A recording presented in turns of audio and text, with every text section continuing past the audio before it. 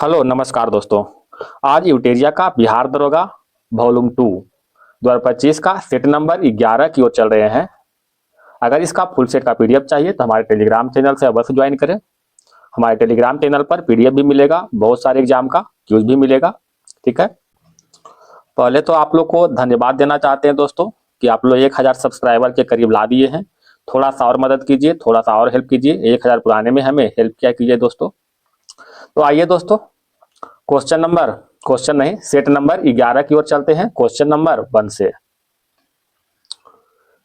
निम्नलिखित तंत्रों में से किस एक में भारत का प्राचीनतम शैल समूह है? भारत के प्राचीनतम शैल समूह की बात करता है तो आर्कियन तंत्र है। अगर नवीनतम शैल समूह की बात करें तो गोंडवाना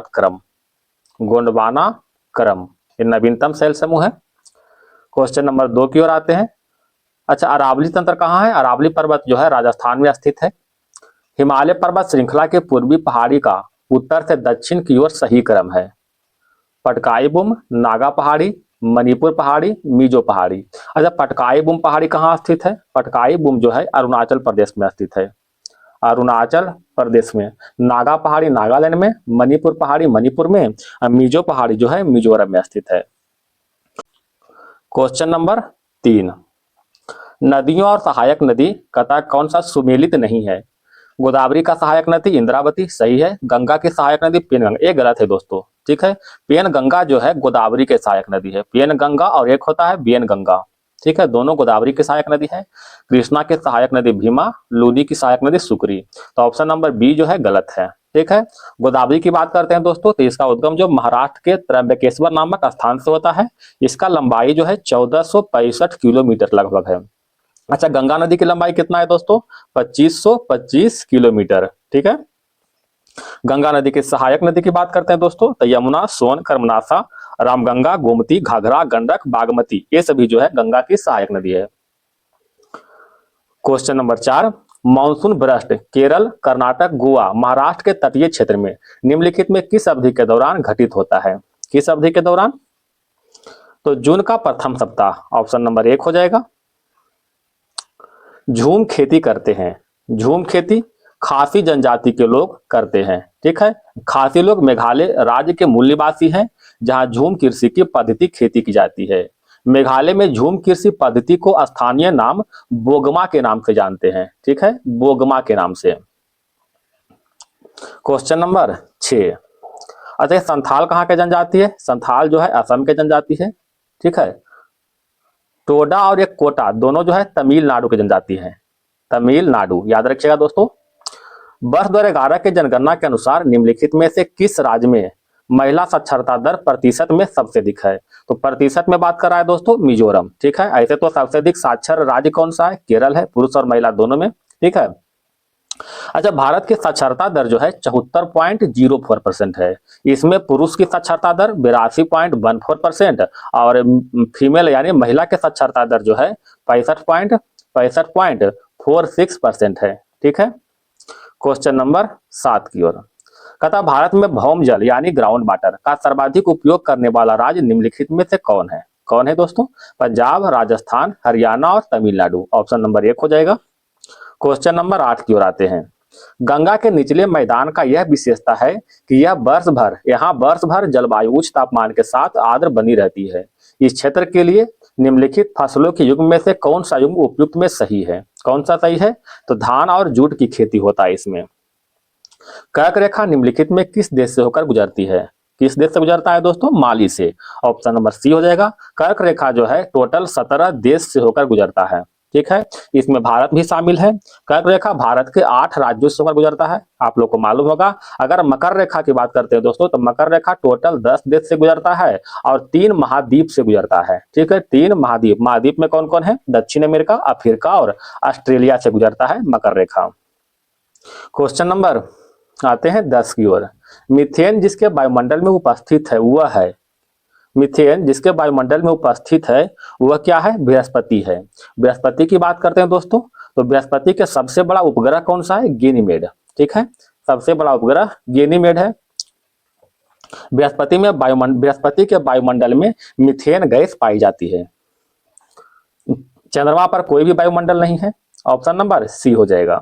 और सबसे छोटा ग्रह कौन सा है? बुध हो जाएगा। क्वेश्चन नंबर 11, निम्नलिखित स्थानीय पवनों में से कौन सुमेलित नहीं है, बताइएगा दोस्तों।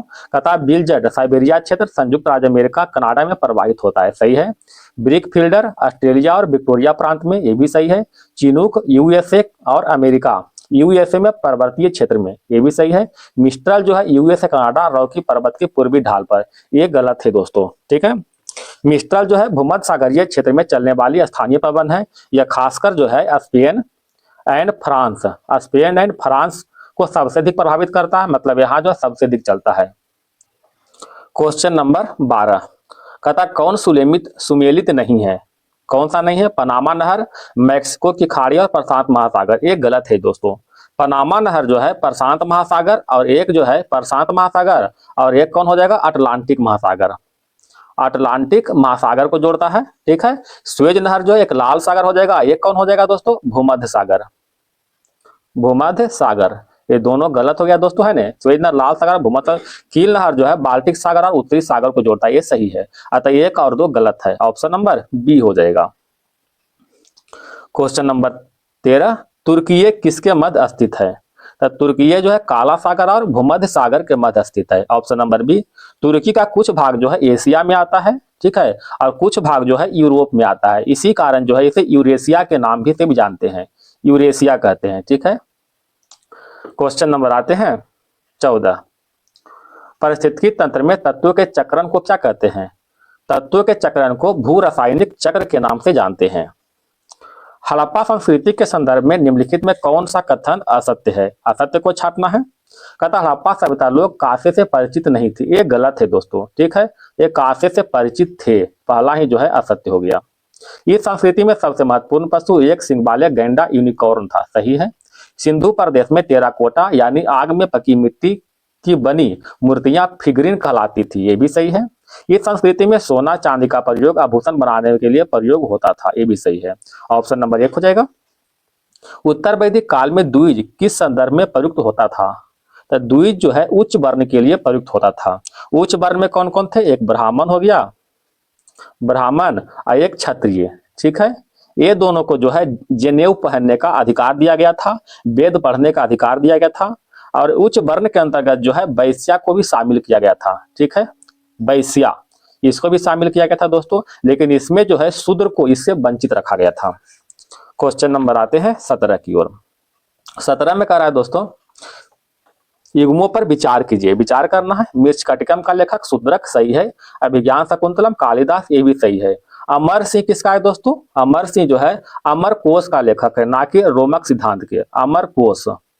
अमर कोश का लेखक जो है अमर सिंह, ठीक है। तो ऑप्शन नंबर सी जो है गलत हो गया, एक और दो सही है, ऑप्शन नंबर सी हो जाएगा। क्वेश्चन नंबर 18, द्रविड़ शैली के मंदिरों में गोपुरम किससे संबंधित है? गोपुरम ऊंचे अलंकृत सिद्ध द्वार से, ऑप्शन नंबर सी हो जाएगा।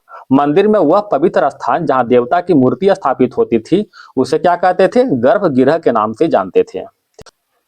क्वेश्चन नंबर 19, सर्वप्रथम किस सल्तनत कालीन शासक ने अपनी राजधानी दिल्ली स्थानांतरित की थी? किसने किया था? इल्तुतमिश ने किया था। इल्तुतमिश पहला ऐसा मुस्लिम शासक था जिसने अपनी राजधानी लाहौर से दिल्ली स्थानांतरित किया था। इल्तुतमिश जो है कुतुबुद्दीन ऐबक के गुलाम और दामाद थे। इसका कार्यकाल की बात करते हैं तो 1210 से लेकर के 1236 तक इसका कार्यकाल रहा। इल्तुतमिश के शासनकाल में कुतुब मीनार का निर्माण कार्य पूरा हुआ, इक्ता प्रणाली का शुरुआत हुआ था, ठीक है। चांदी का सिक्का जिसे टंका कहते थे और तांबे का सिक्का जिसे जीतल कहते थे, ठीक है। इन सिक्के का प्रचलन हुआ था दोस्तों, ठीक है। दिल्ली सल्तनत के वास्तविक संस्थापक किसे मानते हैं? इल्तुतमिश को ही मानते हैं। क्वेश्चन नंबर 20, मथुरा का, ऑप्शन नंबर सी हो गया, मथुरा का केशव देव मंदिर निम्नलिखित में किसके द्वारा बनवाया गया था? तो केशव देव मंदिर जो है वीर सिंह जुदेव बुंदेला के द्वारा बनवाया गया था। क्वेश्चन नंबर 21, निम्नलिखित में किस शासक ने स्वयं को अनूठा ब्राह्मण कहा था? तो स्वयं को अनूठा ब्राह्मण जो है गौतम पुत्र सतकर्णी ने कहा था, ऑप्शन नंबर 1 हो जाएगा। गौतम पुत्र सतकर्णी जो है सातवाहन वंश के शासक थे, सातवाहन वंश के, ठीक है। अच्छा, सातवाहन वंश के संस्थापक कौन थे दोस्तों? सिमुक, आपको मालूम होगा सिमुक था। दक्षिणापथ के स्वामी के रूप में गौतम पुत्र सतकर्णी को ही कहा जाता है। क्वेश्चन नंबर 22 की ओर आते हैं। मिलान करना है, मिलान कीजिएगा। क्या कर रहा है दोस्तों, जात जो है मनसबदारों को पद और वेतन का सूचक था जात। सवार जो है मनसबदारों के द्वारा रखे जाने वाले घुड़सवार की संख्या। दीवान ए आला वित्त मंत्री का पद था। अब मदद ए मास अनुदान में दी गई मुक्त भूमि को मदद मास कहते थे। इस तरह से ऑप्शन नंबर बी हो जाएगा। भारत में स्तर मरारी बंदोबस्त का आरंभ किसके प्रशासन काल में किया गया था? तो स्तर मरारी बंदोबस्त का आरंभ जो है लॉर्ड कॉर्नवालिस के काल में हुआ था। ऑप्शन नंबर सी हो जाएगा। लॉर्ड कॉर्नवालिस का शासनकाल 1786 से लेकर के 1793 तक था। लॉर्ड कॉर्नवालिस के समय ही तृतीय आंगल थर्ड आंगल मैसूर युद्ध हुआ था। तृतीय आंगल मैसूर युद्ध कब हुआ था दोस्तों? 1790 से लेकर के 1792 तक हुआ था। ठीक है, इन्हीं के समय में शक्ति के पृथक्करण सिद्धांत को भी अपनाया गया था। अगर वारेन हेस्टिंग्स की बात करते हैं दोस्तों, तो इसका शासनकाल 1772 से लेकर के 1785 तक था। इसके शासनकाल में बंगाल में द्वैध शासन व्यवस्था को समाप्त किया गया था। प्रथम मदरसा का स्थापना किया गया था। इजारेदारी प्रथा को शुरुआत किया गया था। द्वितीय आंगल मैसूर युद्ध जो कि 1780 से 84 में हुआ था। क्वेश्चन नंबर 25 आते हैं दोस्तों। कथा निम्नलिखित में कौन सा होम रूल लीग आंदोलन की स्थापना से नहीं जुड़ा हुआ है? होम रूल लीग स्थापना से लाला हरदयाल नहीं जुड़े थे। लाला हरदयाल का संबंध गदर पार्टी से था। गदर पार्टी से था। इसका स्थापना जो है 1913 में हुआ था सैन फ्रांसिस्को अमेरिका में। होम रूल लीग आंदोलन की बात करते हैं दोस्तों, तो इसका स्थापना दो व्यक्ति ने किया था। एक तो तिलक किया था, तिलक, और एक जो है एनी बेसेंट ने किया था। Annie Besant. तिलक के द्वारा होम रूल लीग की स्थापना 28 अप्रैल 1916 को 28 अप्रैल 1916 के बेलगांव के पूना में किया था। अगर एनी बेसेंट की बात करते हैं तो इन्होंने सितंबर 1916 में स्थापना किया था। कहाँ किया था दोस्तों? अडयार मद्रास में किया था। अडयार मद्रास में। क्वेश्चन नंबर आते हैं 26 की ओर। नीचे दिए गए ऐतिहासिक घटनाओं को कालानुक्रम में बैठाना है दोस्तों। अच्छा, भारत छोड़ो आंदोलन कब हुआ था? अगस्त 1942 में। अगस्त 1942 में, क्योंकि इसे अगस्त प्रस्ताव के नाम से भी जानते हैं। क्रिप्स मिशन कब हुआ था दोस्तों? क्रिप्स मिशन जो है मार्च 1942 में। मार्च 1942 में। नौसेना विद्रोह 1946 में हुआ था। और लाल किला पर मुकदमा 1945 में हुआ था। आप लोग क्रम में बैठा सकते हैं। पहले तो 2 आ जाएगा दोस्तों, देख लीजिएगा। ऑप्शन नंबर बी हो जाएगा। भारत की स्वतंत्रता के समय ब्रिटेन के प्रधानमंत्री कौन था? ब्रिटेन के प्रधानमंत्री क्लीमेंट एटली थे। ऑप्शन नंबर 1 हो जाएगा। भारत की स्वतंत्रता के समय ब्रिटेन में लेबर पार्टी की सरकार थी। वहां प्रधानमंत्री क्लीमेंट एटली थे। ठीक है, भारत को स्वतंत्रता माउंटबेटन योजना के तहत मिली थी, जिसके बाद भारतीय स्वतंत्रता अधिनियम 1947 के रूप में जाना जाता है। Question number 28। निम्नलिखित में किस अधिनियम ने पहली बार गवर्नर जनरल की विधान परिषद में अतिरिक्त गैर सरकारी सदस्यों के अंतर्वेशन का अधिकार मुहैया करवाया गया था? किसके द्वारा हुआ था? तो भारतीय परिषद अधिनियम 1861 के द्वारा। ऑप्शन नंबर 1 हो जाएगा। भारत शासन अधिनियम 1919 के द्वारा जो है प्रांतों में द्वैध शासन लागू हुआ था। प्रांतों में द्वैध शासन जो है लागू हुआ था। ठीक है, और प्रांतों में इसको खत्म जो हुआ था 1935 के अधिनियम से, तो उसके बाद केंद्रों में द्वैध शासन लागू हो चुका था। भारत शासन अधिनियम 1858 के तहत जो है भारत में राज्य सचिव का पद बनाया गया था। भारत में राज्य सचिव का पद बनाया गया था और गवर्नर जनरल का नाम बदलकर वाइसराय कर दिया गया था 1858 के अधिनियम के तहत। अच्छा, मार्लो मिंटो सुधार 1909 के तहत जो है मुसलमानों के लिए अलग निर्वाचन मंडल की व्यवस्था किया गया था। ठीक है, क्वेश्चन नंबर 29। 77वें भारतीय सेना दिवस 2025 का थीम क्या है? 2025 का थीम समर्थ भारत समक्ष भारत। ऑप्शन नंबर 1 हो जाएगा। भारतीय सेना दिवस कब मनाते हैं दोस्तों? 15 जनवरी को मनाते हैं। वायु सेना दिवस 8 अक्टूबर को मनाते हैं और जल सेना दिवस जो है 4 दिसंबर को मनाते हैं, मतलब नौसेना दिवस। Question number 30। वर्तमान भारत में 16वें महान्यायवादी कौन है? तो 16वें महान्यायवादी के रूप में R Venkata Ramani. Option number 1 हो जाएगा। भारत के महान्यायवादी का प्रावधान संविधान के भाग 5 और अनुच्छेद 76 के तहत किया जाता है। यह जो है उच्च विधि अधिकारी होता है जो भारत सरकार के विधिक मामलों में सलाह देता है।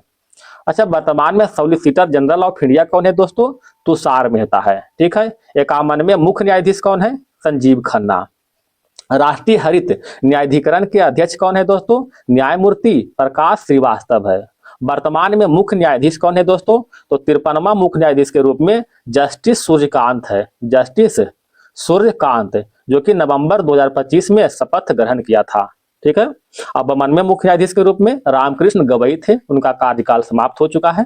क्वेश्चन नंबर आते हैं 31 की ओर। मुख्यमंत्री सुख शिक्षा योजना का संबंध किस राज्य से है? मुख्यमंत्री सुख शिक्षा योजना का संबंध हिमाचल प्रदेश से है। ऑप्शन नंबर सी हो जाएगा। इस योजना के तहत 18 वर्ष से कम आयु के बच्चों को 1000 रुपया मासिक अनुदान मिलेगा। 1000 रुपया का मासिक अनुदान। क्वेश्चन नंबर 32, लिथियम अन्वेषण और खनन के सहयोग को मजबूत करने के लिए भारत ने फरवरी 2025 में किसके साथ समझौता किया है? किसके साथ किया दोस्तों? हिमाचल प्रदेश के सॉरी किसके साथ किया था? तो अर्जेंटीना के साथ किया था। ऑप्शन नंबर सी हो जाएगा। भारत रत्न 2024 नहीं दिया गया है। किसको नहीं दिया गया है? तो शारदा सिन्हा को नहीं दिया गया है। शारदा सिन्हा को पद्म विभूषण से सम्मानित किया गया था। पद्म विभूषण से सम्मानित किया गया था। इन्हें जो है स्वर कोकिला के नाम से जानते हैं, बिहार कोकिला के नाम से जानते हैं। इनको मरणोपरांत पद्म विभूषण मिला था। भारत रत्न की बात करते हैं दोस्तों, तो यह 2024 में 5 व्यक्तियों को दिया गया था। कौन कौन है दोस्तों? कर्पूरी ठाकुर, कर्पूरी ठाकुर, लाल कृष्ण आडवाणी, लाल कृष्ण आडवाणी, इधर जो पीवी नरसिम्हा राव, चौधरी चरण सिंह, एक हो जाएगा MS स्वामीनाथन। ये 5 व्यक्ति को मिला है भारत रत्न 2024। भारत रत्न की शुरुआत कब से हुआ था? 1954 से हुआ था।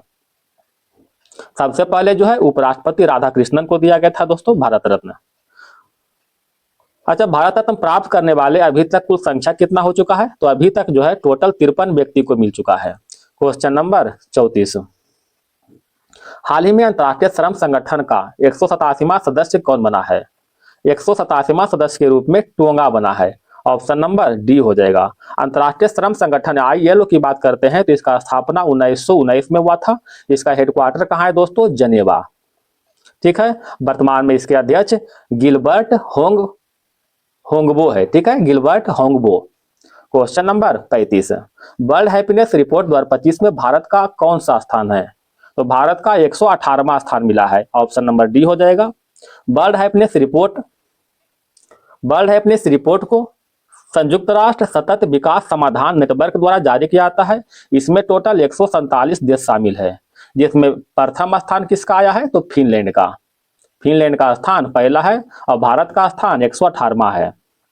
पद्म पुरस्कार 2025 में कितने व्यक्ति को पद्म विभूषण प्रदान किया गया? तो पद्म विभूषण से टोटल 7 व्यक्ति को प्रदान किया गया है। पद्म पुरस्कार की बात करते हैं दोस्तों, तो टोटल 139 व्यक्ति को यह पुरस्कार दिया गया है, जिसमें 7 पद्म विभूषण, 19 पद्म भूषण और 113 पद्म श्री दिया गया है। ठीक है। इस पुरस्कार का शुरुआत जो है 1954 से किया गया था। क्वेश्चन नंबर आते हैं 37 की ओर। 25वां आईफा अवार्ड 2025 के तहत सर्वश्रेष्ठ फिल्म का पुरस्कार किस फिल्म ने जीता? तो आईफा अवार्ड 2025 में सर्वश्रेष्ठ फिल्म का अवार्ड लापता लेडी ने जीता है। ऑप्शन नंबर सी हो जाएगा। अगर सर्वश्रेष्ठ अभिनेता की बात करते हैं तो कार्तिक आर्यन ने जीता है। किस फिल्म के लिए? भूल भुलैया 3 के लिए। सर्वश्रेष्ठ अभिनेत्री की बात करते हैं तो नितांशी गोयल ने जीता है। नितांशी गोयल ने जीता है लापता लेडीज के लिए। सर्वश्रेष्ठ निर्देशक की बात करते हैं तो किरण राव ने जीता है लापता लेडी के लिए। आइए क्वेश्चन नंबर 38, वनडे क्रिकेट में भारत के लिए सर्वाधिक शतक जड़ने वाली महिला क्रिकेटर कौन बनी है? तो महिला क्रिकेटर स्मृति मानधन्ना बनी है। ठीक है। महिला one day cricketer of the year कौन है? स्मृति मानधन्ना ODI में सर्वाधिक शतक लगाने वाली महिला बनी है। उन्होंने वनडे में कुल 11 शतक लगाए थे। क्वेश्चन नंबर 39, AI टूल्स को अपराध घोषित करने वाला पहला देश कौन बनेगा? बताइएगा दोस्तों। तो पहला देश जो है ब्रिटेन बना। ऑप्शन नंबर 1 हो जाएगा। क्वेश्चन नंबर 40, 5वां एशियाई महिला कबड्डी खिताब किसने जीता है? 5वां एशियाई महिला कबड्डी खिताब भारत ने जीता है ईरान को हरा करके। ठीक है। यह चैंपियनशिप का आयोजन तेहरान में हुआ था। ठीक है, तेहरान में इसका आयोजन हुआ था। क्वेश्चन नंबर 41, हाल ही में 72 में मिस वर्ल्ड 2025 का खिताब किसने जीता है?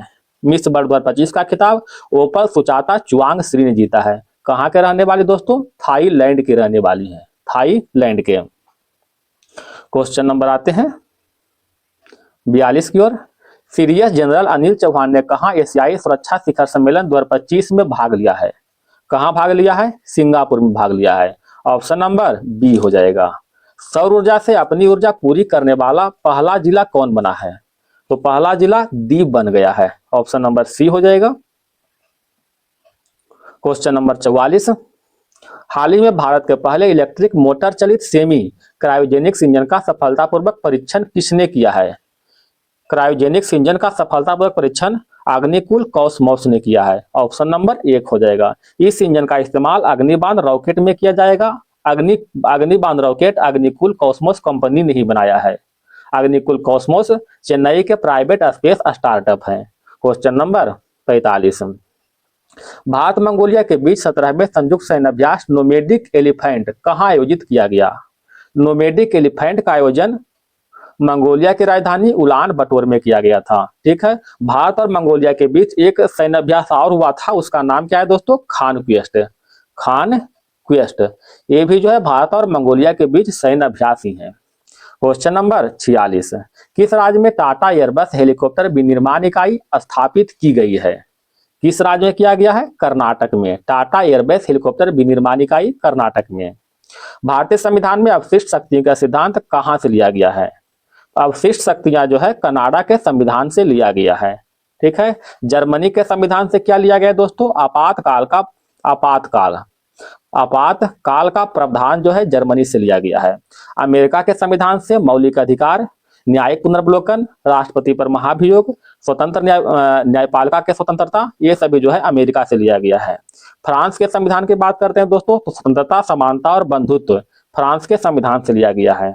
ठीक है, क्वेश्चन नंबर 48, राज्यों के अस्तित्व में आने के संदर्भ में निम्नलिखित में से कौन कौन सुलेमित नहीं है? गुजरात की स्थापना 60 में, महाराष्ट्र की स्थापना भी 1960 में ही हुआ था।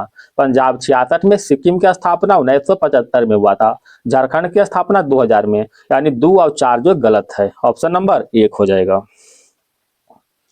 भारतीय संविधान के विषय में निम्नलिखित में कौन सा कथन सही है? बताइएगा दोस्तों।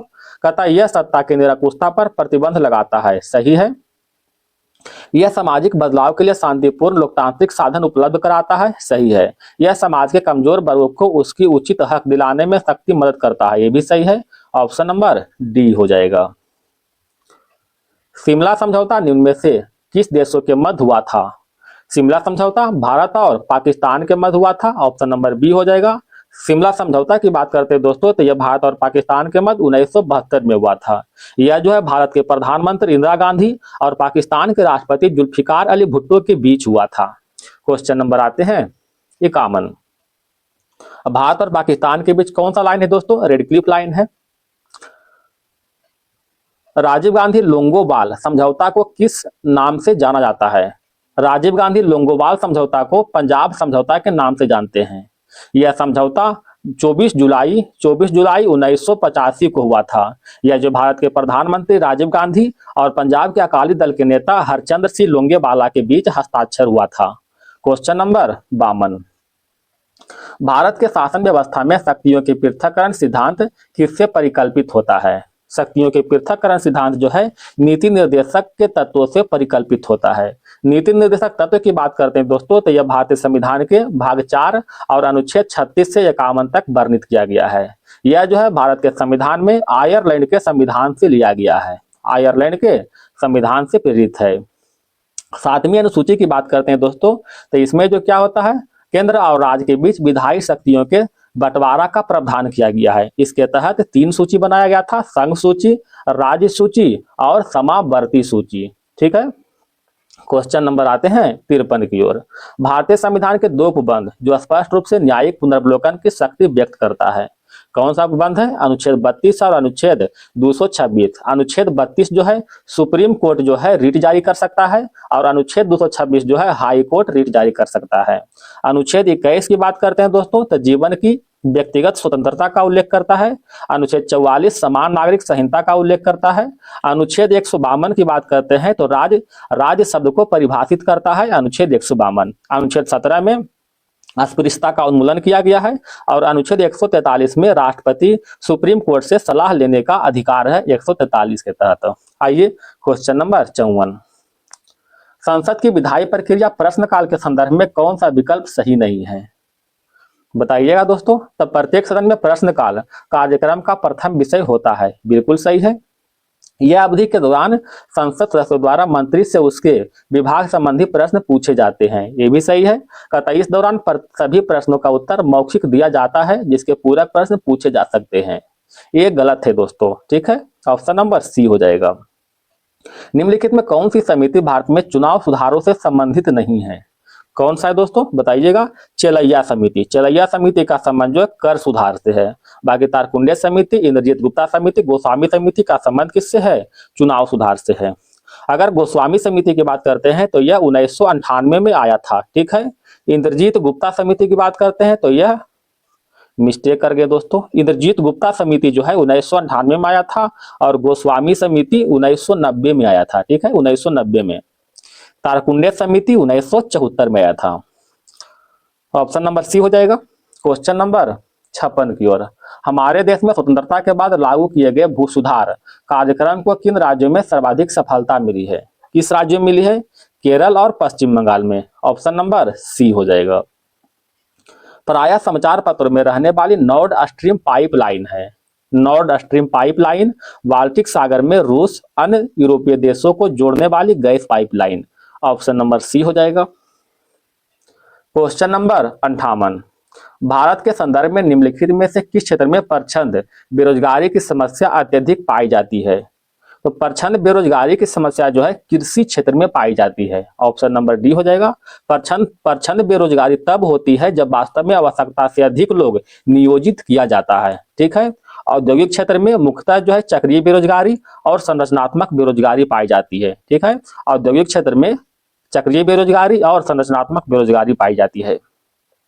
सेन सूचकांक का संबंध किससे है, निर्धनता से। Option number 1। ग्रामीण राष्ट्रीय ग्रामीण रोजगार गारंटी अधिनियम नरेगा संसद द्वारा कब पारित किया गया था, इसको संसद के द्वारा 2005 में पारित किया गया था।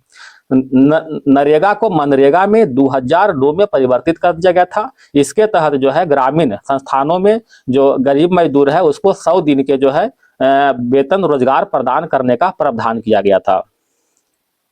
क्वेश्चन नंबर 61, पद राष्ट्रीय आय निर्दिष्ट करता है। पद राष्ट्रीय आय जो है कारक लागत और निवल राष्ट्रीय उत्पाद को निर्दिष्ट करता है। क्वेश्चन नंबर 62, भारतीय बीमा विनियामक और विकास प्राधिकरण IRDAI का मुख्य कार्यालय किस शहर में स्थित है, तो IRDAI का कार्यालय हैदराबाद में स्थित है, ठीक है, हैदराबाद में। क्वेश्चन नंबर 63, किसी वस्तु का भार क्या होता है, किसी वस्तु का भार वह बल है जिससे पृथ्वी अपनी ओर आकर्षित करता है। जब कोई वस्तु मुक्त रूप से पृथ्वी की ओर गिरती है तो कुल ऊर्जा क्या होगा, कुल ऊर्जा नियत रहती है। क्वेश्चन नंबर 66, एक छात्र अध्ययन करता है कि उत्तल लेंस हमेशा अपनी स्थिति बावजूद आभासी छवि बनाता है। उत्तल दर्पण हमेशा आभासी छवि क्यों बनाता है, क्योंकि परावर्तित किरणें कभी प्रतिच्छेद नहीं करती। किसी ट्रांजिस्टर का उपयोग हो सकता है, किसी ट्रांजिस्टर का उपयोग स्विच के रूप में और प्रवर्धक के रूप में, दोनों में उपयोग हो सकता है। क्वेश्चन नंबर 67 की ओर, यूरेनियम 9238 परमाणु में होते हैं, कितना होते हैं, 92 प्रोटॉन होगा, 146 न्यूट्रॉन और 92 इलेक्ट्रॉन। जो 92 जो है इलेक्ट्रॉन प्रोटॉन दोनों होता है, 238 में से जो है 92 घटाइएगा तो कितना आएगा, 146 न्यूट्रॉन। ऑप्शन नंबर बी हो जाएगा। निम्न में से कौन सा पदार्थ नाभिकीय रिएक्टर में मंदक का काम करता है, तो मंदक का काम भारी जल करता है दोस्तों। ऑप्शन नंबर सी हो जाएगा। मंदक के रूप में भारी जल भी काम करता है और ग्रेफाइट भी काम करता है, ठीक है। अगर ईंधन के रूप में पूछे तो यूरेनियम 235 और प्लूटोनियम 239 काम करता है, U235 और प्लूटोनियम 239 काम करता है ईंधन के रूप में। अगर शीतलक के रूप में पूछे दोस्तों तो भारी जल या फिर द्रवित सोडियम का प्रयोग करते हैं। नियंत्रक छड़ के रूप में कैडमियम और बोरॉन के छड़ का प्रयोग करते हैं। Option question number 69। सहसंयोजक बंध दो परमाणु के बीच इलेक्ट्रॉनों की साझेदारी के परिणाम स्वरूप निर्मित होते हैं ताकि दोनों पूरी तरह से भरे हुए कोष प्राप्त कर सके, भरे हुए बाह्यतम कोष प्राप्त कर सके। ऑप्शन नंबर 1 हो जाएगा। क्वेश्चन नंबर 70 की ओर आते हैं। लाइथेनाइड्स और एक्टिनाइड्स को भी कहा जाता है, तो लाइथेनाइड्स और एक्टिनाइड्स को आंतरिक संक्रमण तत्व कहा जाता है। ऑप्शन नंबर 1 हो जाएगा। लाइथेनाइड्स और एक्टिनाइड्स जो है एफ ब्लॉक के तत्व है। सबसे अधिक रेडियो सक्रिय तत्व जो है एक्टिनाइड्स के एफ ब्लॉक में ही पाया जाता है। एक बार फिर से बोलते हैं, सबसे अधिक रेडियो सक्रिय एक्टिव तत्व जो है एक्टिनाइड्स के एफ ब्लॉक में पाया जाता है, या फिर एफ ब्लॉक के एक्टिनाइड्स तत्व में पाया जाता है। क्वेश्चन नंबर आते हैं 71 की ओर, मिलान करना है। कासा, कासा क्या होगा दोस्तों? तांबा और टीन हो जाएगा। पीतल के तांबा और जिंक, जर्मन सिल्वर के जनता तांबा निकेल जिंक, और मुद्रण धातु के सीसा tin antimony. Option number B हो जाएगा। Question number 72। एल्केनो का प्रतिनिधित्व करने वाला सामान्य सूत्र है। एल्केन CnH2n प्लस में 2 हो जाएगा। ठीक है, अगर एल्कीन पूछेगा तो ये जो एल्कीन हो जाएगा CnH2n एल्कीन हो जाएगा। CnH2n -2 रहेगा तो एल्काइन हो जाएगा।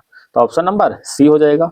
कोशिका भित्ति, खाली स्थान कोशिकाओं में अनुपस्थित होता है, तो कोशिका भित्ति जो है जंतु कोशिका में अनुपस्थित होता है, जबकि पादप कोशिका में उपस्थित होता है। पादप कोशिका में कोशिका भित्ति कोशिका के चारों ओर एक परत के रूप में होता है। पादप में कोशिका भित्ति सेलुलोज की बनी होती है। Question number 74। पौधों में फ्लोएम का क्या कार्य है? पौधे में फ्लोएम को यह शर्करा को पौधे के विभिन्न भागों तक पहुंचाता है। फ्लोएम, अगर जाइलम पूछेगा दोस्तों तो जाइलम जो है जल और खनिज लवण को पौधे में विभिन्न भागों तक पहुंचाता है, जाइलम। क्वेश्चन नंबर आते हैं 75। ग्राहिनी भाग है, तो ग्राहिनी किसका भाग है? छोटी आंत का भाग है। ऑप्शन नंबर 1 हो जाएगा। निम्नलिखित में कौन सा लिगामेंट द्वारा जुड़े हुए हैं? तो लिगामेंट के द्वारा हड्डी से हड्डी को जोड़ करते हैं। ठीक है, लिगामेंट को ही स्नायु कहते हैं। ठीक है, कभी कभी स्नायु पूछता है दोस्तों, लिगामेंट नहीं पूछ करके। एक है मांसपेशी से हड्डी जिसे टेंडन कहते हैं। Question number 77। पुरुषों में वृषण कोष शरीर के बाहर क्यों होता है? क्योंकि शुक्राणु के निर्माण के लिए समान शरीर ताप की तुलना में कम ताप की आवश्यकता होती है। ऑप्शन नंबर सी हो जाएगा। फूलों के संवर्धन विज्ञान को क्या कहते हैं? फ्लोरिकल्चर कहते हैं। ऑप्शन नंबर सी हो जाएगा। ओलेरिकल्चर किसको कहते हैं? जमीन पर फैलने वाली शाकीय सब्जी और कृषि के अध्ययन को ओलेरिकल्चर कहते हैं। पोमोलॉजी में फल का अध्ययन होता है। ठीक है, एक फ्लोरोलॉजी है दोस्तों। अच्छा, एंथोलॉजी में फूल का अध्ययन होता है। क्वेश्चन नंबर आते हैं 79 की ओर।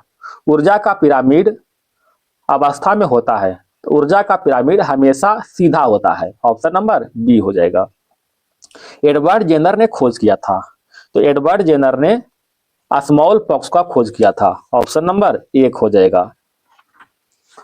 स्मॉल पॉक्स का खोज एडवर्ड जेनर ने, और टीबी के जीवाणु की खोज जो है रॉबर्ट कोच ने किया था। टीबी के जीवाणु का खोज रॉबर्ट कोच ने किया था। क्वेश्चन नंबर आते हैं 82।